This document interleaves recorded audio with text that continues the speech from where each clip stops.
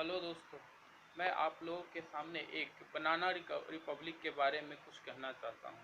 बनाना Republic मतलब पाकिस्तान। पाकिस्तान एक ऐसा देश है जहाँ डेमोक्रेसी नाम की कभी कोई चीज़ नहीं रही है, पर वो पूरी दुनिया को दिखाता है कि वो एक प्रजातंत्र है।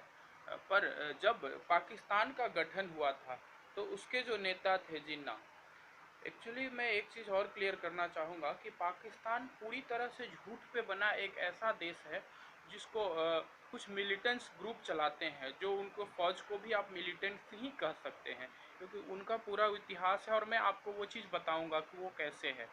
क्योंकि जब पाकिस्तान बना तो उसके एक जो नेता थे, जो मोहम्मद अली जिन्ना, जो अपने आप को मुस्लिम के नाम पे और इस्लाम के नाम पे उन्होंने एक देश की मांग की थी। जो आदमी खुद से भी मुस्लिम नहीं था, वो खुद ही कभी सुन्नी से शिया, और वो जो आदमी इस्लाम कहता है कि जिस दिन आप शराब को हाथ लगाओगे आप इस्लाम नहीं हो, वो अंग्रेज की तरह जिंदगी जीने वाला, यूरोपियन स्टाइल में रहने वाला आदमी जो सुअर का मांस और दारू पीता था, वो कहाँ से मुसलमान हो सकता है? जिस मतलब इस्लाम के सीधे, अगर आपने शराब को हाथ भी लगाया तो आप मुस्लिम नहीं हो। और उस आदमी ने इस्लाम के नाम पे एक देश बना लिया। तो पाकिस्तान अभी क्या बोलेंगे? हाँ। और जिस दिन बनाया, आप उस दिन का जिन्ना का स्पीच सुनो।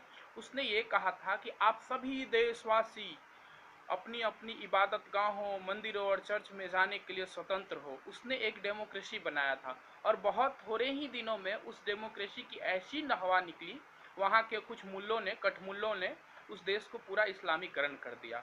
और जिसका खामियाजा आप देख रहे हैं कि पाकिस्तान की क्या स्थिति है। पूरी दुनिया में अगर कहीं भी आतंकवादी पकड़ा जाता है, कहीं भी बम ब्लास्ट होता है, तो उसका कहीं ना कहीं लिंक पाकिस्तान से ही जुड़ता है।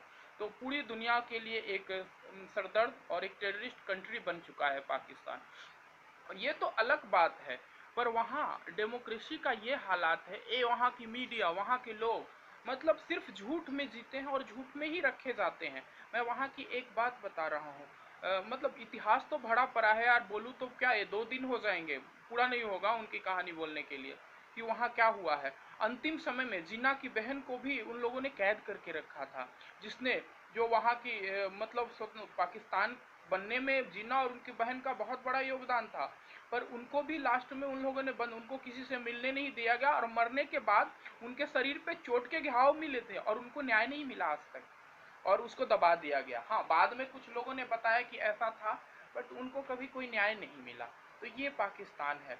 हाँ, वहाँ इलेक्शन हुआ था 1971 में, इलेक्शन हुआ पाकिस्तान में, और वहाँ आवामी लीग, जो बांग्लादेश की जो पार्टी थी, शेख मुजफ्फर रहमान, वो जीत के सत्ता में गए। मैं वहाँ की डेमोक्रेसी की बात बता रहा हूँ कि वहाँ किस तरह की डेमोक्रेसी है।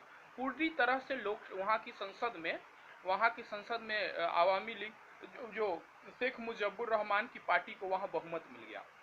अब चूंकि बहुमत मिल गया तो उनका प्रधानमंत्री बनना तय था। प्रधानमंत्री उनका बनना तय था, तो प्रधानमंत्री वो जब बनना तय हुआ, तो वहाँ के मतलब कठमुल्लों और वहाँ की सेना ने उस लोकसभा को ही भंग कर दिया, क्योंकि वो एक बंगाली वहाँ का प्रधानमंत्री बन जाता। मतलब ये वहाँ की डेमोक्रेसी है। और उसके बाद उनका बांग्लादेश में जो हश्र हुआ वो पूरी दुनिया को मालूम है उससे। और बांग्लादेश के समय की पाकिस्तान की मीडिया को आप देख सकते हैं। जिस दिन बांग्लादेश में वो सरेंडर करने की बात कर रहे थे, वहाँ पाकिस्तानी मीडिया पूरे दिन ये दिखा रही थी, हम भारत को यहाँ पे हरा रहे हैं, भारत से इस तरह जीत रहे हैं, हमने ये कर लिया। वहाँ उनके पूरे सैनिक मतलब कब से कैद वो हो गए थे, सरेंडर की बात चल रही थी। तो ये पाकिस्तान की मीडिया है हमेशा। और एक चीज़ और फैक्ट मैं बताना चाह रहा हूँ, 1965 की बात में आप बीबीसी का न्यूज़ सुने, उन्होंने लाहौर फतह तक की बात करी थी कि भारत उनके लाहौर के पास घुसने वाला है। और आज भी पाकिस्तान में विजय दिवस मनाया जाता है 1965 की वार के लिए। तो ये पाकिस्तान का इतिहास है। और वहाँ का ये मतलब क्या बोलूँ, वहाँ जुल्फ़िकार अली भुट्टो वहाँ के बहुत बड़े राजनीतिक है, और भुट्टो फैमिली का एक बहुत ही अच्छा नाम रहा है हमारा की राजनीति में। और भुट्टो के जुल्फ़िकार अली भुट्टो जब प्रधानमंत्री थे, जब वहाँ की फौज हुकूमत ने सत्ता पे अपना आधिपत्य जमा लिया, आर्मी शासन लगा दिया, और उसके बाद भुट्टो को बिना सजा के, उनको बिना एक रात में उनको फांसी दे दी। उस समय बेनजीर भुट्टो पूरी दुनिया से उन्होंने डिमांड की कि मेरे भुट्टो साहब को न्याय दिया जाए, पर एक रात में वहाँ की फौजी अदालतों ने उनको फांसी पे चढ़ा दिया। तो ये पाकिस्तान है वहाँ के। और वो भुट्टो जिसने पाकिस्तान के लिए अपने आप को कुर्बान कर दिया, उसने एक मुस्लिम ब्रदरहुड के नाम से पूरे अरब से, कोरिया से, कहाँ कहाँ से चोरी करके उसने अपने देश के लिए परमाणु बम, और भुट्टो का ही देन है कि वहाँ आज पाकिस्तान एक परमाणु संपन्न देश में आता है। और वहाँ उस भुट्टो को फांसी पे चढ़ा दिया गया। वहाँ बेनजीर भुट्टो के बारे में के साथ क्या हुआ, तो उसको, उस देश को डेमोक्रेसी नाम से मजाक होता है। वो इस्लाम के नाम पे बनने वाला देश ने हमेशा इस्लाम के साथ मजाक किया है। नवाब बुख्ती, आप नवाब बुख्ती को सुनो, उस 80 साल के बूढ़े को इस्लाम की शपथ दिला के उसको पहाड़ से उतार के और उसको गोली मार दिया गया, उसको मर्डर कर दिया गया। तो ये पाकिस्तान है, वो न इस्लामिक देश है, सिर्फ झूठ और कठमुल्लों के हिसाब के साथ चलने वाली, वो एक ऐसा तानाशाही देश है जो जिसको हम देश नहीं बोल सकते। वो डेमोक्रेसी के नाम पे मजाक है, और वहाँ की मीडिया सिर्फ झूठ के पुलिंदे पे चलती रहती है।